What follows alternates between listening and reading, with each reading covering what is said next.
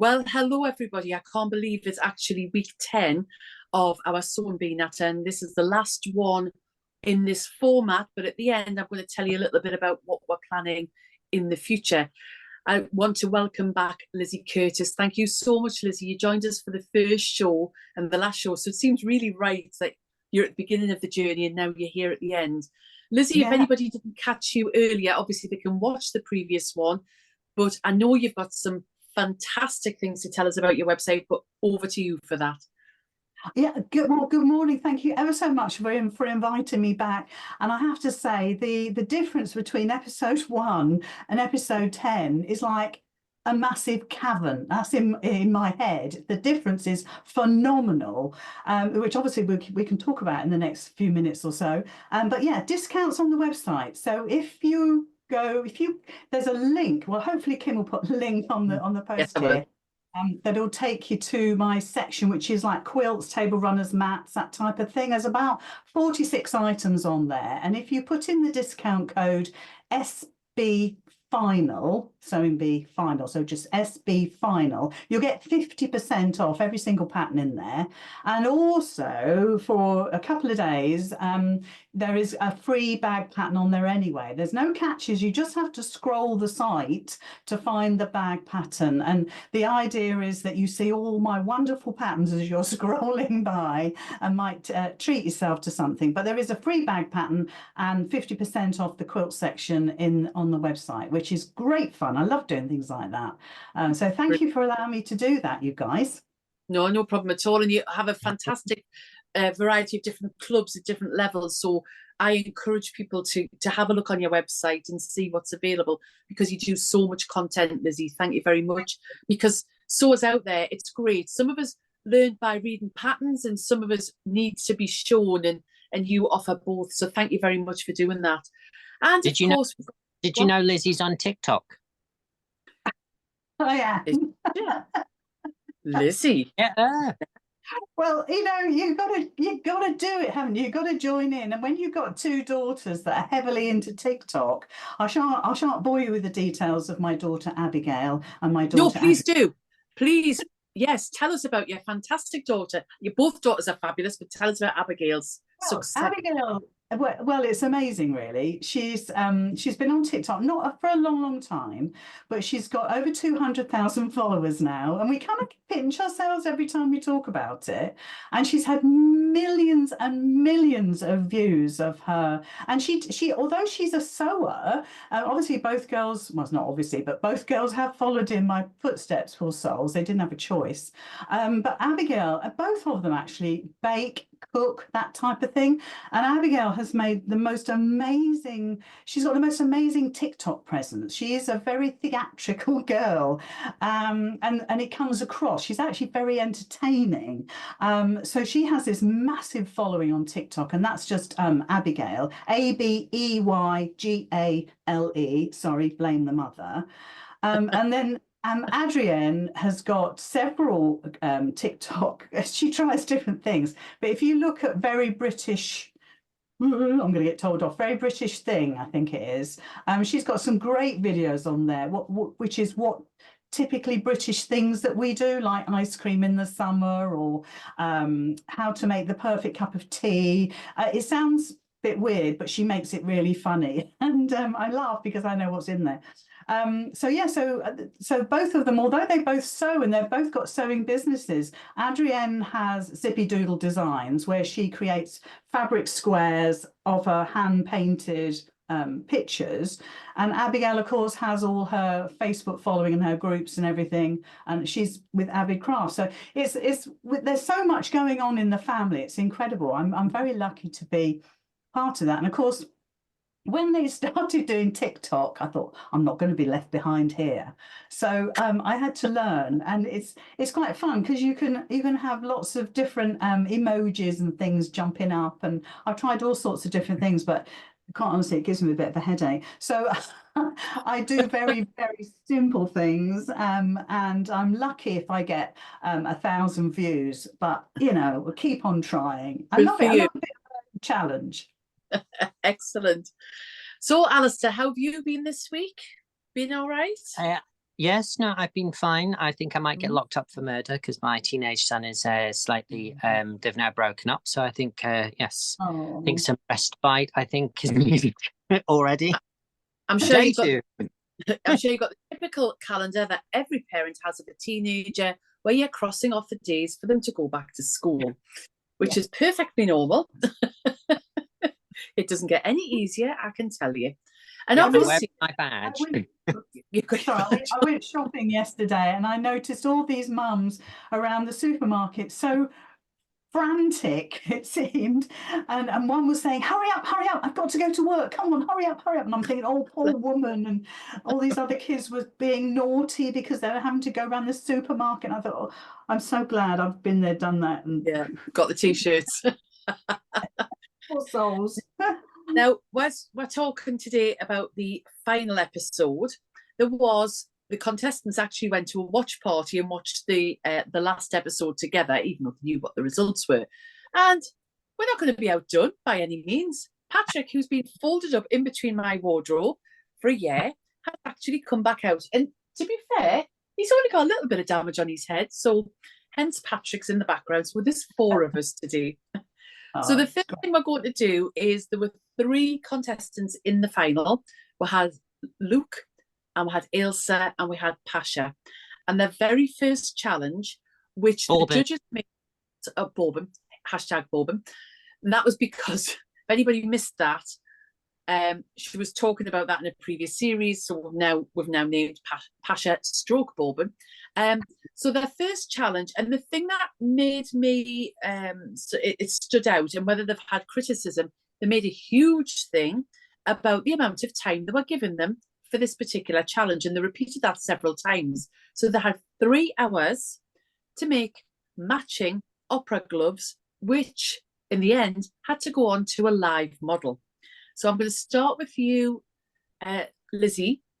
What did you think? Put the fear of God into me, that really did. And it's not often that I watch the Sewing Bee and I get anxious or fearful for the contestants, because I think, well, you know, they got to try these different things, they've got to learn these techniques, and like we all do as we go along in life. But to have that as a challenge, I thought, oh my God. And 3 hours, I thought I'd need 3 days, because you've got to be absolutely sure of the fabric. Right. As soon as Pasha picked up that lace, I thought, no, I don't think so. We'll see how that goes. Because obviously you see beautiful Victorian gloves in lace, and obviously that's what she had in her mind, because she do of older costumes and things like that. That's one of her hobbies, isn't it? And I thought, so I can see why she gravitated towards that, but I just, my mind was blown. It would have been okay if it was just 2 flat pieces stitched together, but of course this is the Sewing Bee, so you've got that gusset with that, you know, I think about a 1/4 inch seam allowance. I thought, that's really pushing it around all those curves to get that, especially because it was shaped, so you'd need to get it all in the right place. And I thought, my goodness me, that I really felt anxious for them. I thought they did a cracking job, but I was very anxious. I was on the edge of my sofa. And also, if we had a look at the sample when the live model was putting them on, when they did the close-up, they weren't perfect by a long shot. No. Alistair, what did you think of this particular challenge? Well, I thought it was a really odd. I thought it was a really odd challenge to give the contestants, to make something so fiddly and small, and also how that would translate onto screen for everybody at home, because it is so small. That was my first thing. And my second thing that I've written here in big letters, because they were given 3 hours, you saw them putting 10 million pins in it. You'd have been quicker basting it all in. And also you would have been able to have, once you baste it, you'd have been able to have turned it through with the basting in and look to see, before you actually stitched it with a machine, to actually see whether or not it was actually fitting. Plus also, with such a small seam allowance, my recommendation would be to use a zipper foot, because the zipper foot is really, really narrow, and it means that you're able to see what you're working with far more because the seam allowance is so small.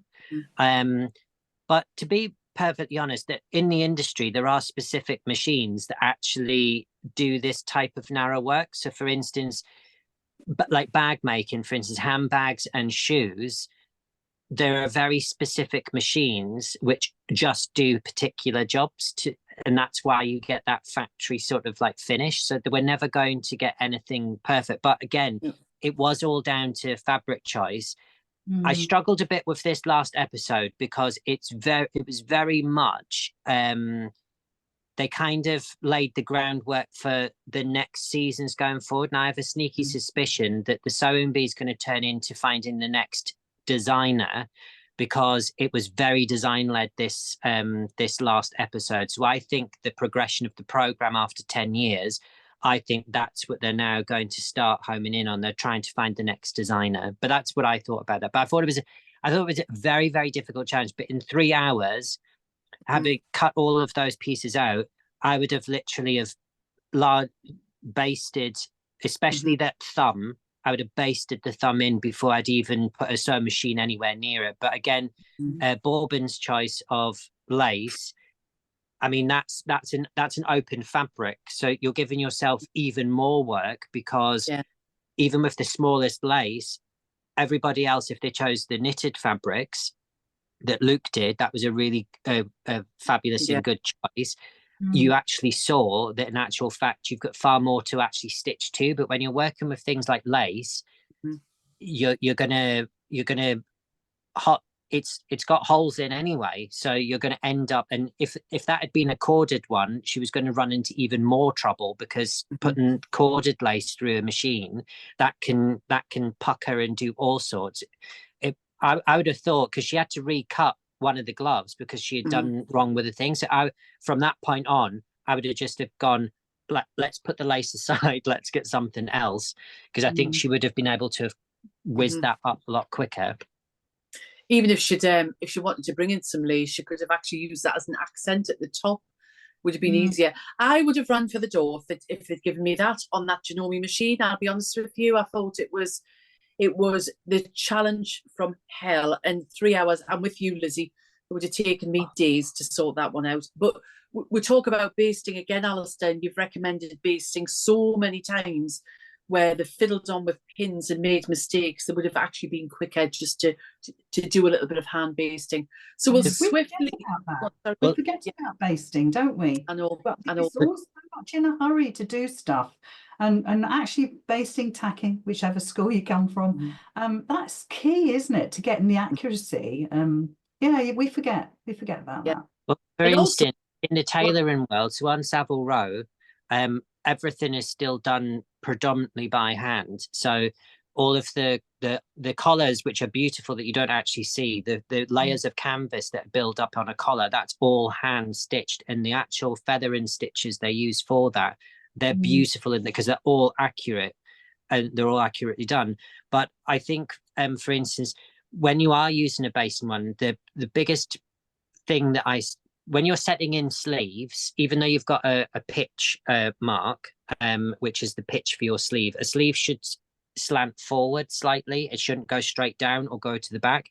If you baste those in, it means that you can actually put the volume, the ease on the top of the sleeve head. You can actually manipulate that and put that in. And if something's slightly too tight on one side when you put it on somebody, you can quickly go in and then you can rebaste it, whereas that will give you a much better fit, because it's just a thread that's hanging it. If you've got all pins inside it, you can't actually try that on, and then you'd be sewing it around, then you'd be unpicking all the stitching, then you'd be sewing it back in. Baste it, honestly, it saves time. I know everyone thinks basting takes a long time. It doesn't. It will save you time in the long run. Yeah. I've got some pink thread that was in my nana's sewing box. It's horrific colour. It's also a very weak thread. However, it's the one I use for basting, because I'm using it up. It's not, you couldn't put it on the machine because it'll snap, but also it just saves so much angst when you, like you say. So everybody will have that thread that they're never going to actually sew with. and you can have quite a big needle. You don't have to do teeny tiny tacking stitches, just enough to hold it in. And it also saves pricking your finger. And I've noticed in this series, particularly, look, they've used a lot of quilt clips. Now, quilt clips have a place, in my opinion, and they're fantastic, but I wouldn't necessarily be using them in the context that they've used them, because they can slip a little bit, particularly if your fabric's slippy. What's your thoughts on that, Liz? Oh, sorry, go on. They're clunky, aren't they, as well? If you're using delicate fabrics, I often say when people are doing, even with just 2 layers of ordinary patchwork quilting fabric, sometimes they're a little bit too heavy, and best used in multiple layers, and then they'll grip and they'll keep everything stable as best they can. Everything has their own faults. But when you're using perhaps delicate fabrics, I would say definitely not use them. They're too heavy. They're too heavy. Yeah, they pull the work. Yeah. Sorry, Alistair, what were you going to say? I know that's exactly what I was going to say, that Lizzie said, because even, for instance, when I've used pins in silk and things like that, when I haven't basted, when you actually pick the garment up, the fabric's really, really heavy. But with a basting stitch keeps the seam together, whereas when you use pins, even though you pin really close together, you will get these large drops in the fabric. And but with a basting stitch, because the thread comes all the way over, it's almost like a very, very long pin. It does keep everything, it keeps everything far more in line when you're doing it, because otherwise you'd be there for forever. But quilting clips aren't and I'm not a quilter, but they would just add too much weight to a garment that you do, and also they get sort of like all tangled up and things like that. So at least they can't sew over them. That's true. That's the only positive. But you do get impeded by them as you're getting near your foot, because you have to take them out. Now the other thing is in pins, if you were to remove a pin, that's going to move your fabrics, regardless of whether you're dressmaking, crafts, or quilting. You're going to move. Similarly with the quilt clips, you have to remove them, and so therefore you've got a shift. Whereas if you're based, you can, and you do it in a colour that's a complete contrast, regardless of what you're doing, then you're going to lose that straight away. Even on my long arm quilting machine, I used to always baste the edges, and now I tend to overlock my edges, so I'm not having fabric shifting. So I'm trying to minimise any movement, even when I'm just putting a simple binding on. So yeah, make your life easy is what I say. Although it feels old-fashioned when people say you should tack or baste first. Gotta make it trendy. Yeah, we'll have to think. Hey, TikTok, there you are. Hey, I'm on it. Yeah. So I'm going to move swiftly on to our favourite, in inverted commas, transformation challenge. And this was probably the one, when they removed the cloth, my heart sank even more. They'd been traumatised with the opera gloves, as far as I was concerned. Let's make it even worse. And they were presented with a load of party paraphernalia. That's about the only way I can describe it. Alistair, by your face, I'll go to you first. Thoughts on this particular challenge? It had to be a wearable garment as well. Yes. So everyone knows I'm not actually lying. I've put here paper (sewing). I've written glue gun in a very big letters, and then I put here my final comment, and I will say no more about it.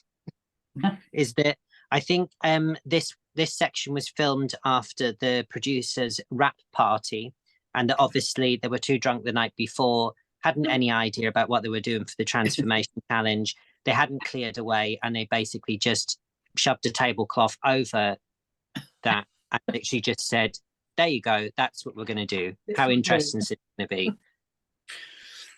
Oh dear. Lizzie? Oh Follow dear. them. Oh dear. Bless. I suppose I was enthused when Luke started to sew the napkins together, because that actually was the first thing that came into my head. And I thought, oh yeah, because he's making a piece of fabric, as long as he was careful with it. And we know that Esme wasn't careful with it. He was so brave with putting that zip in as well. So that was great. And then I was thinking about the bunting, and she did well by making the top that she could take it on and off. And I thought, well, she'd wrapped all this bunting around. And I thought, at what point do you then make that into a garment that you could take on and off? And actually, Alistair, that's where your hot glue could come in, because you could hot glue 2 strips all the way down the side and then just cut up and then kind of do a tie. And I thought, hold on a minute, I'm not even in the competition here. But what on earth do these poor contestants must think when they open up, when they see what they've got in front of them? My goodness me, I suppose after 10 weeks, their imagination and their thought processes have been fine-tuned, so that they immediately can perhaps think of something they can do. I mean, we don't know how long they have from I suppose it's all in the same time, choosing the bits that they need to work with, which again, I hate that bun fight thing, and then making a garment of some sort. But yeah, I think for the drama, I think Pasha did well with the sparkly, because actually that could cover such a multitude of sins, because your eyes would be all over the place with the sparkles and the tassels. So I thought that was brilliant. But technically, I thought Luke should have got that hands down, because of how he created the bow and how he created the ruffle and just those stitching and the zip. Amazing. I think it was I think this week, sorry, was really, really tough. And I suppose it has to be. As I say, I did compare to week 1 just out of curiosity in my head. And of course, they've come on this massive journey, but I think they're just fine-tuned to it. I think if they went home and somebody gave them a load of party wear, they'd collapse in a heap and cry. But I think they're just, like I say, tuned into it. But yeah, what a challenge. I think it was possibly down there with one of the worst ones for me. And again, it's one of those that you think, oh, bless, they should have all gone. Technically, I agree, Luke, but where would you ever consider having any of that party paraphernalia as a wearable outfit? Who's going to wear it, for goodness sake? Not a chance. Not at mine. It rains. Let's move on very, very swiftly to the final challenge. Now, this is always a made to measure. It's a fitting challenge. And this year, I think they threw everything out the book, everything out the window to what they've normally done. And it became a draping challenge and a design challenge. And I think you're spot on, Alistair. I think there's definitely a shift. It was actually said at the end that the person who won was, was going to move into the future in design. And I think that was a really pivotal moment for me, listening to the Sewing Bee. I felt so sorry for the girls, particularly in this challenge, because I do feel that Luke, with his background, has done a little bit more draping, and that was obvious. Lizzy, what did you think of the final challenge?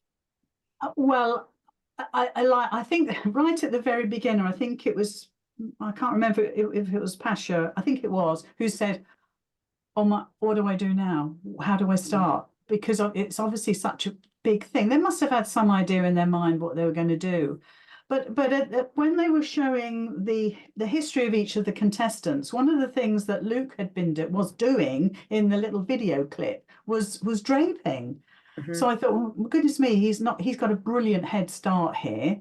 But also, like you say, he's history, because obviously he makes all these drag outfits for himself. I don't know, perhaps for other people as well.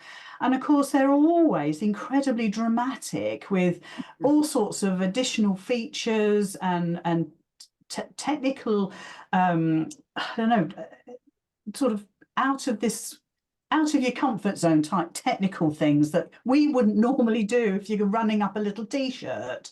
So I think he really had a head start there, but there's no reason why the girls couldn't have achieved what I mean. The pink dress was beautiful waist up, absolutely beautiful, but it lost its story, if you like, from the waist down. I don't know what it was supposed to be. It wasn't dramatic enough. It should obviously, I think she ran out of time. It should have been far more like a ball gown in a way. That's, I think, how she intended it to be. But the way that Luke put his outfit together was, I thought, sensational. I mean, we don't get to see if technically he was that when he put it together well. I'm assuming he did. We never see those sort of little finer details, but the actual way that he had constructed it and put it together, I thought was absolutely brilliant. And I think with Ailsa, I think she had that vision, which was fantastic. I loved the idea of the pleated waistcoat. I loved that idea because it emulated how the kilt was hanging, but it was all lost. Something went wrong somewhere, and it was all lost in the front. It was gaping where those pleats should have been razor sharp, in my opinion, and that was lost. But I think I would personally, I think I would enjoy the draping side of it, because you're going from 0 to 100%, aren't you, in however many hours. I suppose they had some idea of where they were going, but even so, you've got the opportunity to go off piste, if you like. You think, oh no, I liked it when I did that at home, but actually here I think I'll do this, that, and the other. So you've got that chance to change it, unlike a pattern. Can't, well, you can, but you wouldn't normally go off piste. So I think I would like the draping thing, because, and I'm assuming those mannequins were the exact size of the models. They were. Yes, I mean, they were. Because I'm thinking they were bringing the fabric round tight, and I'm thinking, oh my gosh. Yeah. But yeah, I mean, it was amazing. And like I say, I keep comparing episode 1 to this last one, and the first garment they made was the A-line skirt. And when you think of Luke being the winner now, he must have looked at that and thought, and his heart must have sunk, because that isn't him at all, and perhaps not the others either. But I just had that in my mind, and to go from an A-line skirt to what all of them achieved this week was phenomenal, really. And all credit to them, I think. You know, I have my thoughts about it, what I think of the Sewing Bee. I think it could be vastly improved, but I think for this week, I was on the edge of my seat the whole episode, and I'm not normally like that at all. No. So do you think that you said that you would enjoy the draping is because you're a very confident sewer? You've got a huge background in, you know, dressmaking, as well as obviously your other passions, compared to maybe Pasha, who hasn't got that background and so hasn't got that technical knowledge that you and Alistair have. Because I look at it from, I am not, I enjoy dressmaking, but I'm not in your league by any chance, either yours or Alistair's. And so therefore, my initial thought when I saw the challenge was like, oh my goodness gracious me, you know, where am I going to put that in the technical stuff? And so I felt for Pasha particularly on that, because what had she had a pattern, in this, my opinion, had she had a pattern to follow, I think she would have won that challenge. That's my personal opinion on a sewing, because I think our sewing throughout the whole series has been spot on. I felt that the draping suited Ailsa a little bit more than Pasha. If I was to rate it, it was Luke first, then Ailsa, then Pasha as far as draping was concerned. I might be completely wrong there, but I just feel that as a confident sewer, knowing the technical side, which you both have, you maybe would embrace it a little bit better than I would. Alistair, what was your thoughts on that challenge? It's what I said at the very beginning. I think this is now them subliminally introducing the fact that the format of the show is definitely going to change. And I think what we're going to see on the next seasons is we're going to see younger and younger and younger contestants. I think we're not going to see so many say, older contestants now going through the process. I think it's going to be far more design led. Now, design led is a very specific thing, and it's all about taste. There are tons and tons and tons of fashion brands across the world, and there are tons of makers, and they all have a specific, what we call in the business, a signature. So, for instance, people sometimes would be a bit sort of like when you see the red carpet, you can say, oh, she's wearing Valentino, without even seeing anything on the bottom of the screen, or that's Oscar de la Renta, or that's blah blah, this is Givenchy. And I'd have people say, how do you know that? I said, it's the signature. Every designer has a signature which is sort of like written into the garment, which oh, I know exactly what fashion house that's from, without any blurb or anything associated with it. I thought that to end with it being a draping challenge, I thought was slightly unfair. I thought perhaps midway through they could have done a draping challenge, but to actually end and that be the specific criteria to then be judged in the final. This draping is a very specific skill set, and we're not. This show hasn't gone out to air suggesting that these people know how to pattern cut or to know how to adapt a pattern. So, for instance, in fashion design, we use a combination of draping and flat pattern cutting to create the shapes and the silhouettes in the garments. Because what you do, this is where we use a word called toiling, which is a very posh word for prototyping. So when you design a pattern in 2D, it can look in your head, it's doing all it's needing to do. But when you actually sew it up in calico and you see it on the dummy, you're like, oh, no, that line needs to be shifted. We need to hide that dart. That's pulling this way. We need to shrink that. And then sometimes it's much easier to actually then get a normal bodice block. And when you see it on the body, we use a draping sort of technique, if you like, where we draw lines all over it. So we're actually, and then we put balance marks all the way through. We cut it off the dummy and we lie it all flat. And then we retrace that, and that becomes a brand new pattern piece. So all of the lines and darts, you might see panels of dresses going in all sort of different ways.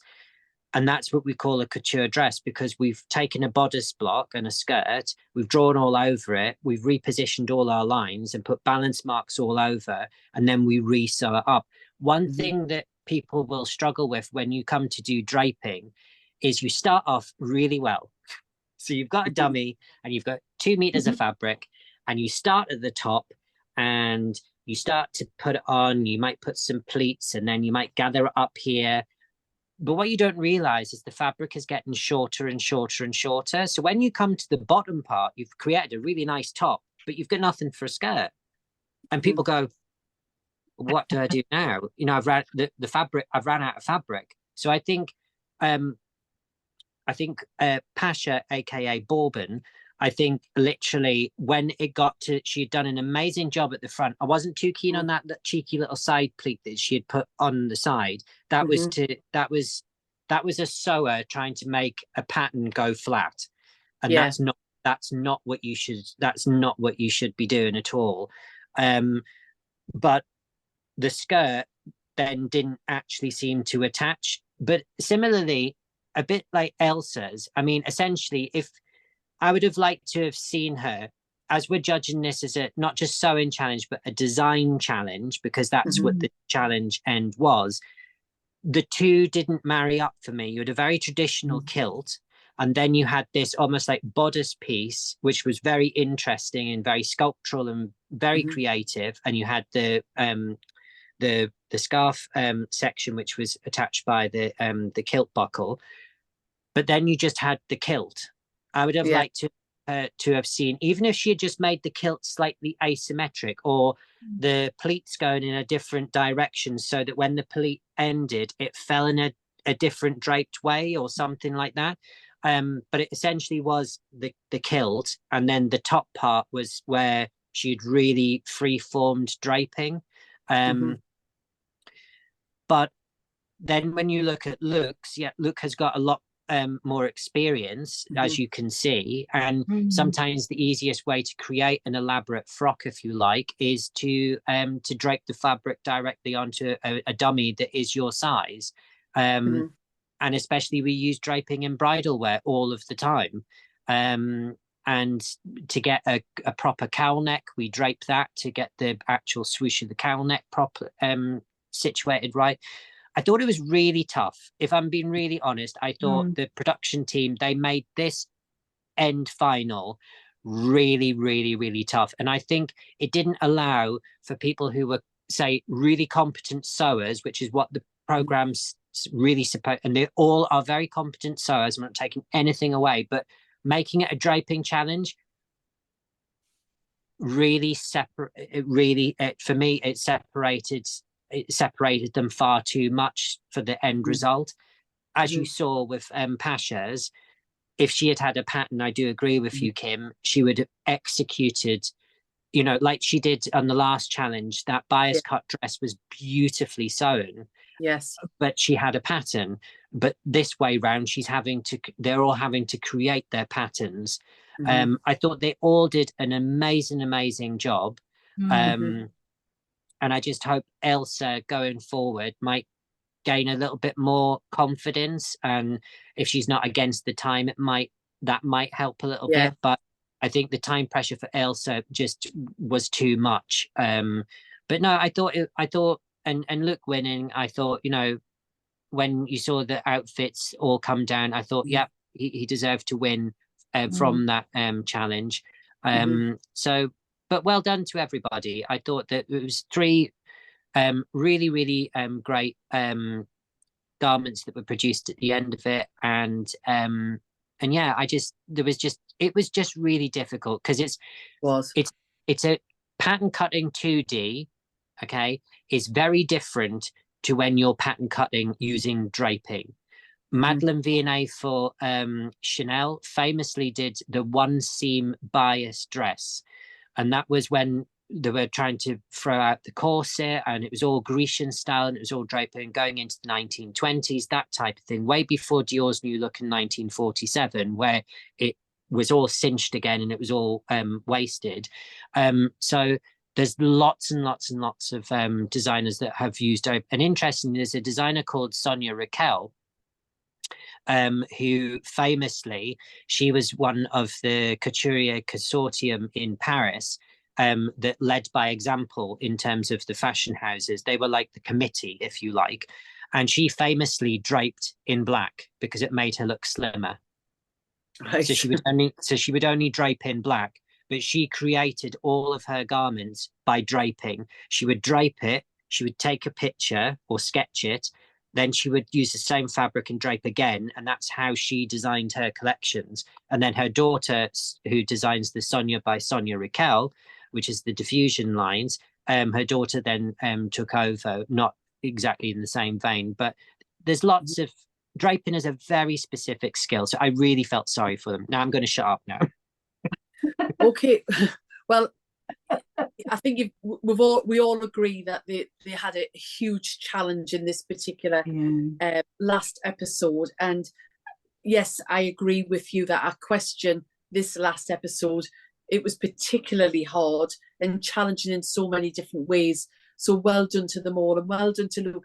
I did champion Luke because I did want a man to actually win for a change, because we've not had a winner since Matt, and I think that was 2015 or something like that. So it's been a long time since there's been a male winner. So it's good that it balances out. What would be interesting, and I know this is going back, Asma, who won last year, was the most beautiful sewer, and the previous contestant winner. If they were given a draping challenge, I would imagine that the results could have been considerably different. It's interesting. The producers need to make a decision whether is this the Great British Sewing Bee, and they have come to, you know, when I had the shop, we used to come out, Love Productions came out, and they were looking for Mr. and Mrs. Cannybody, who liked a little bit of home sewing, and that were the contestants that they were looking for. Are they going to be looking in the colleges? Are they going to be looking on social media for a completely different type of contestants. I think they need to sort themselves out rather than the contestants themselves. Every week we have a winner. We announce a winner, and we were going to do this at the very beginning, Alistair, but we got a little bit sidetracked.